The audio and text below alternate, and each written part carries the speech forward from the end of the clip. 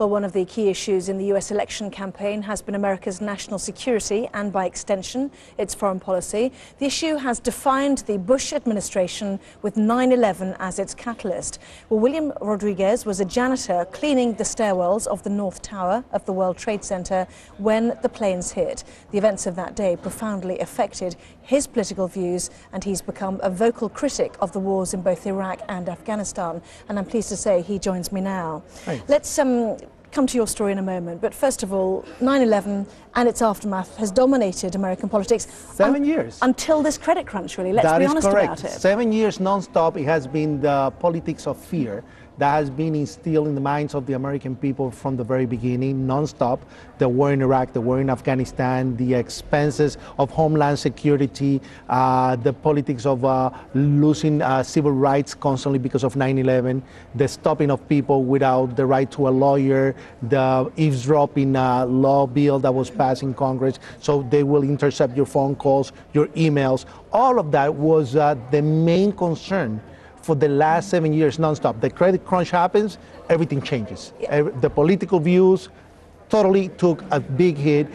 You have seen that Obama has been said from the very beginning, you know, the issue here is the economy, the health issues, and the education of the nation. And he rightly has captivated a lot of the nation, most of the nation right now because of his position. McCain is looking more like the old guard, the Bush administration voice of the campaign and the policies that have failed us for the last 7 years. And I am not on either side, but I have seen as a leader of the victims and survivors that they have used our pain, despair, and suffering as a political maneuver. But now we have seen at least some relief because of the whole, sadly, because of the whole economic crunch. You've become quite associated, haven't you, with the extraordinary events that day, because you were...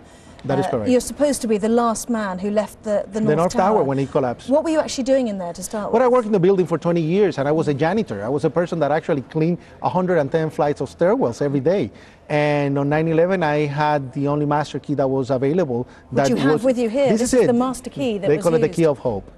And this key was basically what I used to actually go with the firemen, floor by floor. I remember that when the building got impacted by the plane after the huge explosion in the basement, the building shook so hard that most of the doors got jammed. So we have to use the key and force to open many of those doors. So you climbed up the stairwells with the firefighters, trying to open the doors, trying to let as many people as possible escape. What floor were you actually on when the first plane hit? I was in the basement. I was in the basement, actually. There was Right. a huge explosion in the basement, and at that moment, the first thing that I said, whoa, it's a generator that just blew up.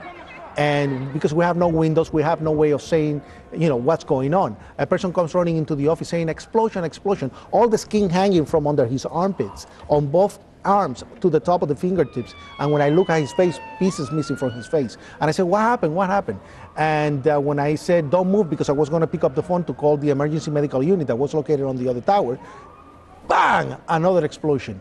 And that's when I said, no, everybody's got to get out. So I pushed everybody out, went back inside the building, got two people that were stuck inside of an elevator and another guy from another building, got them outside the building and went back inside the building again. So people were rescued because of you, because you opened the stairwell. What actually happened to you personally, if you were the last man in the tower I when was it collapsed? coming out at the moment with a person on a wheelchair named Ed Baye, and as he was getting first aid, I was told, get the ambulance ready.